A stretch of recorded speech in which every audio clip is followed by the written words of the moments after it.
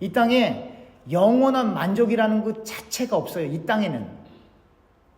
그러니까 사실은 예수 안 믿고 정상적으로 살 수 있는 방법이 없어요. 사실은. 겉으로는 다 정상적인 것처럼 보이는데 여러분들을 포함해서 여러분들 주변에 있는 사람들을 한번 쭉 보세요. 다 한 가지씩은 다 중독돼 있어요. 술에 중독돼 있던, 담배에 중독돼 있던, 죄송합니다, 골프에 중독돼 있던, 바둑에 중독돼 있던, 낚시에 중독돼 있던, 드라마에 중독돼 있던, 자식에게 중독돼 있던, 뭔가 하나에는 다 걸려 있어요. 그렇다고 운동 삼아 골프 치시는 거 다 치시러 가셔야 돼요. 그거 치지 말라는 얘기가 아니에요. 운동해야 되기 때문에 하는 건 괜찮아요. 근데 일주일 내내 아무것도 안 하고 골프만 친다. 그거는 프로로 나가셔야죠. 그 다음부터는 취미가 아니에요. 또 젊은 아이들 이 게임 좋아하거든요. 게임하면요, 얘네들 10시간씩 해요.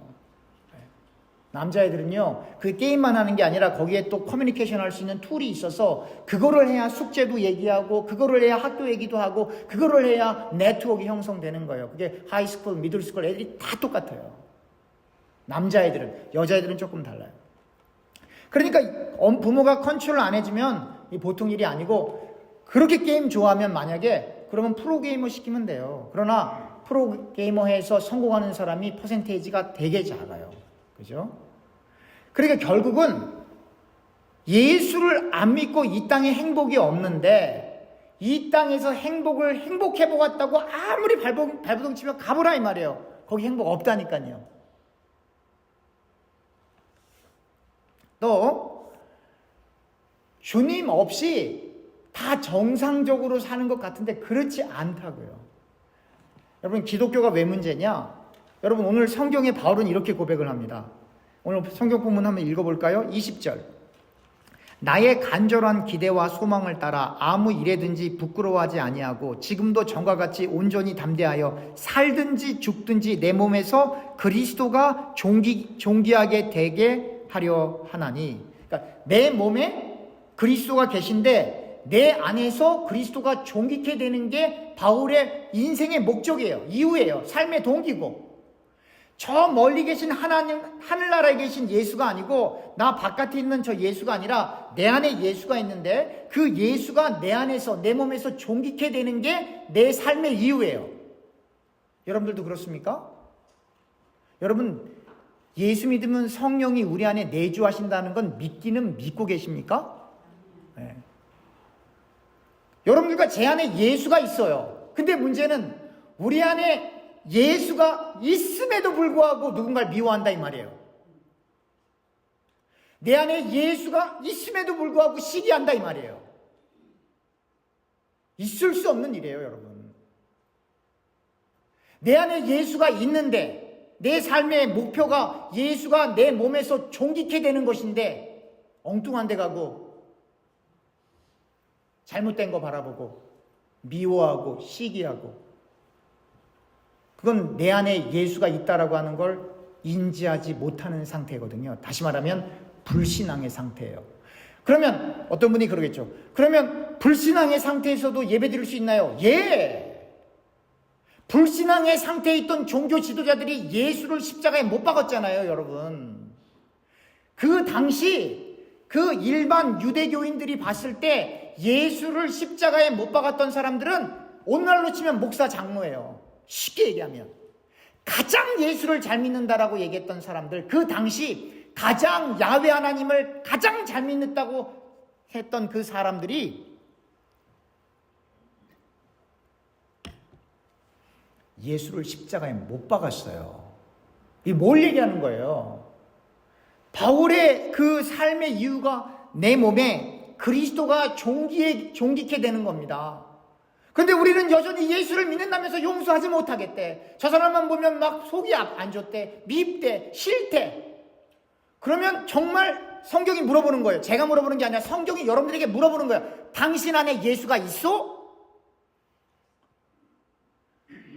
그래서 유명한 신학자 중에 한 사람이 이런 표현을 했어요.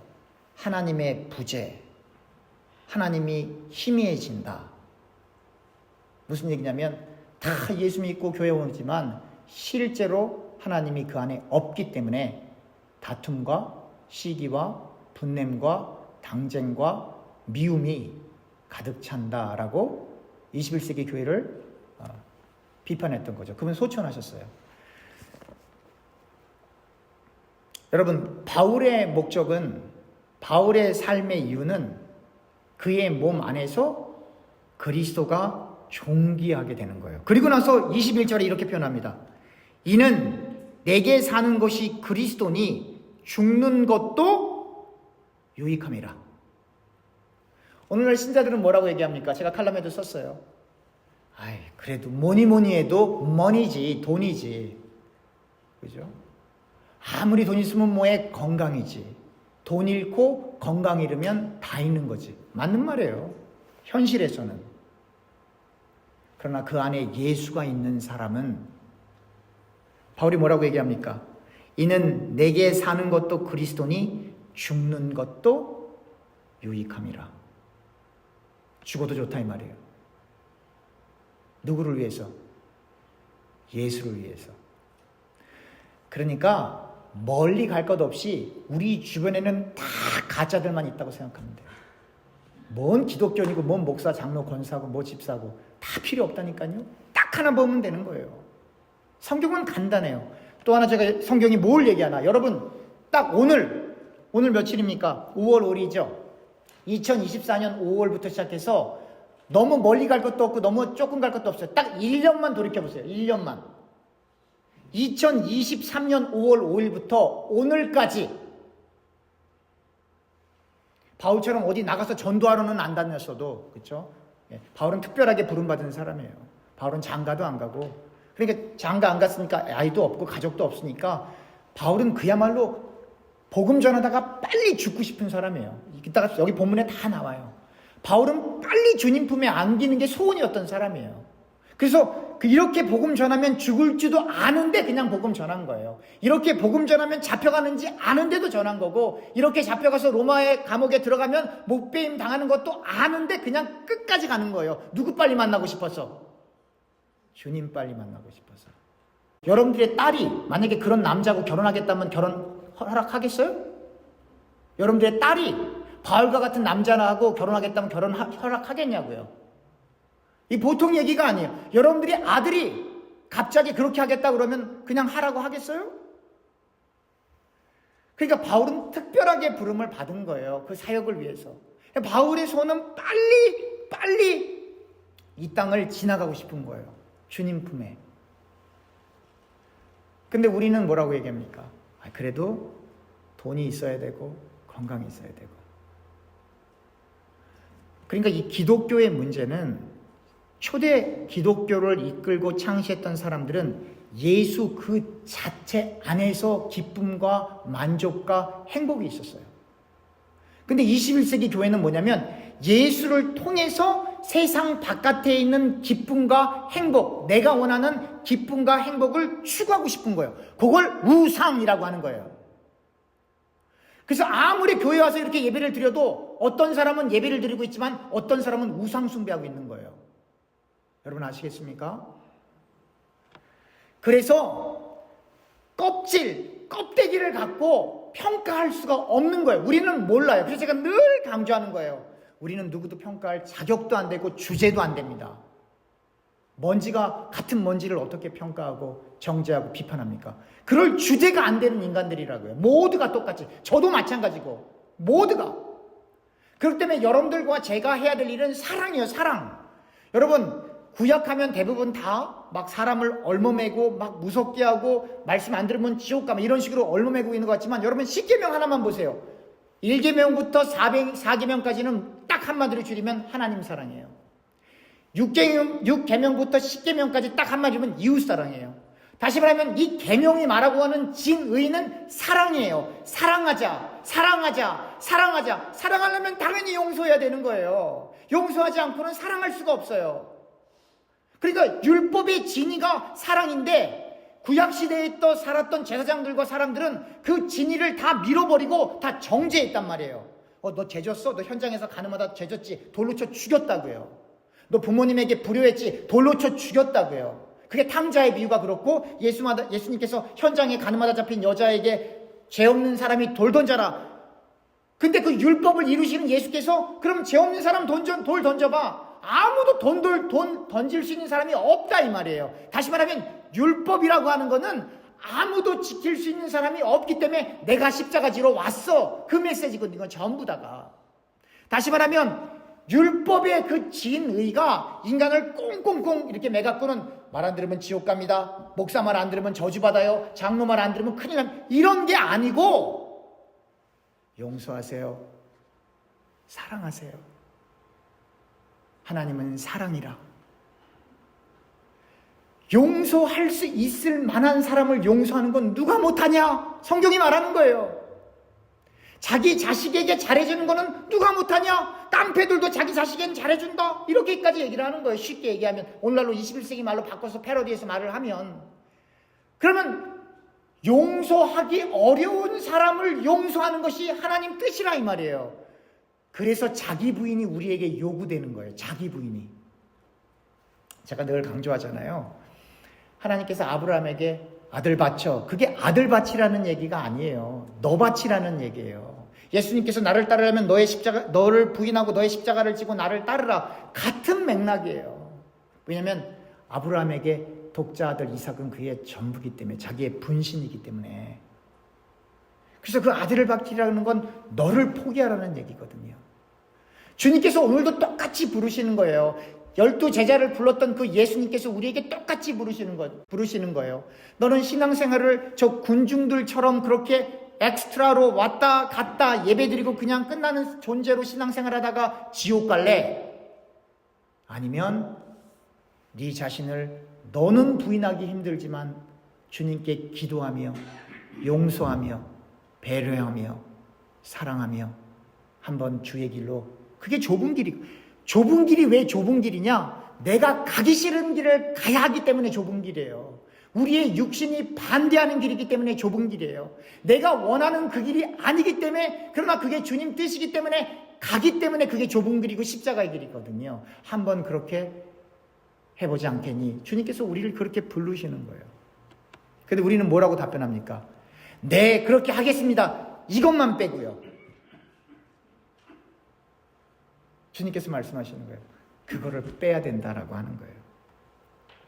바울이 얼마만큼 하나님 나라를 빨리 가고 싶었냐면 22절입니다. 22절.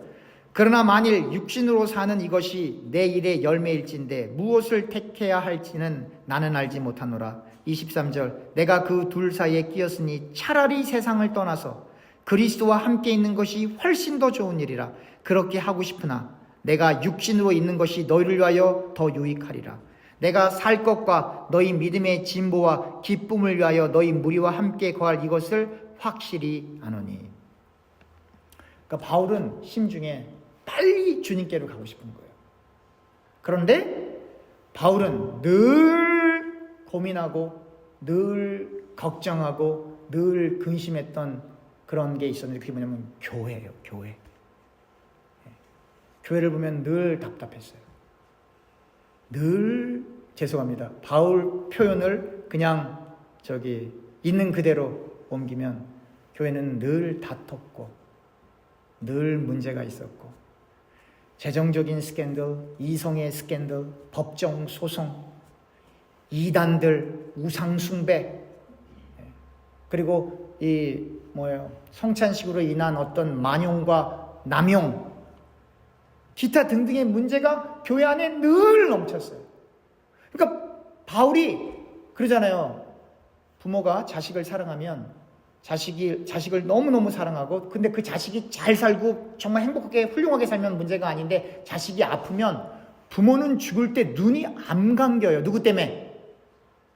그 아픈 자식 때문에. 눈이 안 감기거든요, 그게.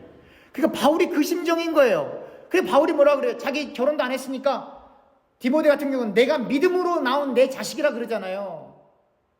그러니까 바울은 빨리 주님께 가고 싶은데 눈이 안 감기는 거예요. 누구 때문에? 교회 때문에. 교회가 정상적으로 성장하지 못하고, 교회에 다니는 교우들이 정상적으로 예수를 믿고 있지 못하기 때문에, 그리고 너무나 많은 이단들과 잘못된 철학과 사조와 문화가 교회 안에 막 들어오니까 바울이 빨리 복음만 전하고 주님께 가고 싶은데 갈 수가 없는 거예요. 그래서 바울이 이렇게 얘기하는 거예요. 25절 다시 읽으면 내가 살 것과 너희 믿음의 진보와 기쁨을 위하여 너희 무리와 함께 거할 이것을 확실히 아노니. 믿음이 성장해 간다라고 하는 건 주님으로 인해 기뻐한다라고 하는 거예요. 이게 무슨 얘기냐면 내가 원하는 기도 제목을 놓고 간절히 기도했더니 할렐루야 그래서 기쁜 게 아니고, 그런 기쁨은 샤머니즘, 무당, 성황당, 점집 갔는데 돈 주고 복채 주고 받았더니 내 소원 이루어졌대, 아들 낳대. 그거 똑같, 그런 기쁨 아니, 성경에는 그런 기쁨 없어요. 그럼 왜 기쁘냐? 주님 때문에 주님을 예배할 수 있기 때문에 기쁘고, 주님 때문에 내가 돈 들여서 헌금할 수 있어서 기쁘고, 내가 주님 때문에 교회 와서 봉사할 수 있어서 기쁘고, 내가 주님 때문에 욕먹을 수 있는 기쁨을 누릴 수 있어서 기쁜 거예요, 여러분. 제가 늘 강조했잖아요. 주님을 섬기면 섬길수록 왜 그런지 모르지만 욕을 먹게끔 되어 있다니까요. 근데 그게 기쁨이에요. 바울은 주님을 섬기면 섬길수록 본인이 알아요. 목숨이 위태로워진다는 것. 오늘 보면 19절에 이런 표현이 있어요. 보통 분들이 이렇게 쉽게 넘기기 쉬운데 오늘 보면 19절입니다. 제가 읽겠습니다. 이것이 너희의 간구와, 그러니까 너희의 간구, 다시 말하면 그 빌립보 교인들이 바울을 위해서 간절히 기도했던 거예요. 너희의 간구와 예수 그리스도의 성령의 도우심으로 나를 구원에 이르게 할 줄을 아는 거로. 이때는 영혼 구원 얘기하는 게 아니에요, 여러분. 성도들이 기도한다고 영혼이 구원돼, 그게 아니에요. 바울이 맨날 매 맞고 감옥에 갇혀 있으니까 바울이 너무너무 걱정해서 빌립보 교인들이 그를 위해서 우리 바울 좀 감옥에서 풀어주세요 간절히 기도했던 거예요. 그래서 그 구원, 석방이에요. 해방되는 거예요. 그만큼 바울이 예수를 전하다가 그렇게 어려움을 당하는데 바울은 너무너무 기쁜 거예요. 주님 때문에 욕먹는 기쁨, 주님 때문에 핍박받는 기쁨, 주님 때문에 체포되는 기쁨, 주님 때문에 감옥에 갇히는 그 기쁨이 너무 감사한 거예요, 바울한테는. 그러니까 주님 때문에 무언가 불이익을 당하는 게 너무너무 감사한 거예요. 그러니까 오늘날 21세기 기독교인들은 그것 때문에 감사하지 않잖아요. 내가 이렇게까지 와서 교회에 봉사해야 돼? 다른 데 가서 이렇게 봉사하면 이런 대접도 받을 텐데. 맞아요. 우리 교우님들 바깥에 나가서 어떠한 커뮤니티든 어떤 모임이든 교회에 와서 봉사하는 것만큼 거기서 똑같이 그렇게 봉사하면요 대접받습니다, 여러분. 근데 이상하죠. 교회라고 하는 곳은 이상하게 열심히 헌신하면 헌신할수록 어려운 일이 찾아온다, 이 말이에요. 근데 그때 진짜 기뻐해야 된다, 이 말이에요. 주님께서 중심을 보고 계시기 때문에 그렇습니다. 사람들은 내가 기도했더니 세상에서 뭐가 잘 됐다라고 기뻐하는데 말이죠. 여러분, 세상에 어디 행복이 있고 세상에 어디 만족이 있고 세상엔 다 근심과 걱정이에요. 그래서 주님께서 내일 일을 근심하지 말라는 거예요. 왜요? 내일은 늘 근심이 있기 때문에. 내일은, 오늘도 근심이 있어요. 여러분, 사람들이 어떻게 하면 행복해야 되고 노년에는 어떻게 지나고, 여러분, 예수 없이는 정상적으로 살 수 있는 방법 없습니다, 여러분. 예수를 정말로 믿고 그 예수 안에 있는 그 기쁨을 누리지 못하면, 죄송합니다, 주일날 교회 와서 정말 애먹고 있는 거예요. 애먹고 있는 거예요. 믿지도 않는 예수를 왜 부르고 있어요? 느껴지지도 않는 그 기쁨을 어디서 찾고 있어요? 그러니까 그야말로 종교생활인 거예요. 예수님을 십자가에 못 박았던 그 유대인들처럼. 왜 유대인들이 예수님을 십자가에 못 박았냐? 억울하다, 이 말이에요. 내가 이마만큼 열심히 예수를 믿어왔고, 이마만큼 헌금도 많이 해왔고, 이마만큼 토라도 읽어왔고, 내가 이마만큼 절제하고 금식하고 단식까지 하면서 하나님을 믿어왔는데, 청년 하나가 와서 내가 야훼다, I am who I am. 그러니까 이 사람들이 그냥 눈이 뒤집혀버린 거예요, 아예. 아무리 기적을 해도 하나도 안 보여요. 아무리 말씀을 전해도 하나도 안 들려요. 왜냐면 그 사람들이 지금까지 야훼를 위해서 헌신했던 모든 종교적인 그 행위가 제로가 돼버리기 때문에. 오늘날도 마찬가지예요. 다르지 않습니다. 여러분, 하나님 나라 가보세요. 아마 놀랄 거예요. 두 가지 때문에 놀랄 거예요. 나는 이분은 여기 꼭 있을 줄 알았는데 아무리 찾아봐도 없거나, 아니면 네가 여기 왔어? 둘 중에 하나예요. 이 성경 제기가 아니고 성경 얘기예요. 그리고 오직하면 예수께서 성문 밖에서 일을 간다는 얘기까지 했겠어요. 일을 간다는 얘기는 나는 지옥에 간다는 생각을 단 한 번도 안 해본 거예요. 사는 내내, 태어나면서부터 죽을 때까지. 근데 눈을 떠보니까 거기가 아니어서 일을 가는 거거든요. 그렇다고 우리 교우님들 중에 엉뚱한 데 가는 사람은 아무도 다 천국 갈 거예요. 다 천국 가. 걱정하지 마세요. 왜냐면 예수는 믿는 게 아니라 믿어지는 거기 때문에. 진리는 깨닫는 게 아니라 하나님의 영에 의해 자유케 되어지는 대로 부름을 받는 거기 때문에. 그래서 어거스틴이 얼마나 훌륭한 사람이에요. 쟤는 과거에 많이 졌지만 그가 기독교인들이 가져야 돼. 첫째도 겸손, 둘째도 셋째도 겸손. 그게 겸손해라가 아니에요. 복음을 알면 알수록 그냥 아이고 제가 먼지였네요. 아이고 내가 절대 천국 갈 방법이 아무것도 없네요 나는. 아이고 주의 보혈이 아니고는 하나님을 마주할 그러한 존재가 나는 아니네요. 그러니까 다른 사람의 죄가 안 보이고 내가 제일 큰 죄인이네요. 그래서 용서하게 되는 거예요. 그래서 내 입이 고와지는 거예요. 그래서 내가 안 좋은 말은 안 하게 되는 거예요. 그리고 상대의 좋지 않은 모습이 보이면 그를 위해 혹은 그녀를 위해 기도하는 거예요. 나도 마찬가지인데. 교회에서 어떤 일이 벌어졌어요. 목사님 나하고는 상관없어요. 왜 상관이 없어요? 교회를 위해서 기도하셨어요? 따라합시다. 내 탓이요.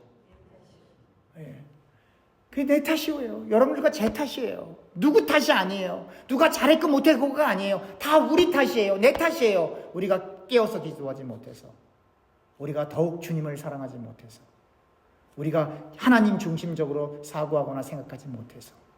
그래서 모든 교우님들이 저를 포함해서 모두가 전부 내 탓입니다. 그러면 용서하지 말라고 해도 용서할 것이고, 사랑하지 말라고 해도 사랑할 것이고, 그리스도 안에서, 하나님 안에서 사랑해야 되는 거예요.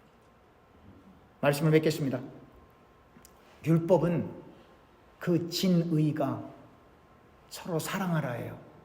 먼저는 하나님을 사랑하고 먼저는 이웃을 사랑하라는 거예요. 그리고 그 율법을 완성시키신 그 예수님께서도 십자가에서 그 사랑을 완성시키는 거예요. 그 사랑 때문에 여러분들과 제가 천국 가는 거예요. 우리도 그 하나님의 사랑을 받아서 그 사랑을, 그 복음을, 그 은혜를 우리 주변에 흘러 보내야 되는. 그래서 아브라함이 복의 근원이라고 하는 건 아브라함이 복의 통로가 된다는 얘기거든요, 사실은. 그래서 여러분들과 제가 복음의 통로가 되어 예수님을 전할 수 있는 그 귀한 복을 누려야 하고, 여러분들과 저는 예수님 때문에 기뻐하고 예수님 때문에 즐거워해야 하는 성장의 과정으로 성령에 의해 부름을 받게 되는 겁니다. 기도하겠습니다.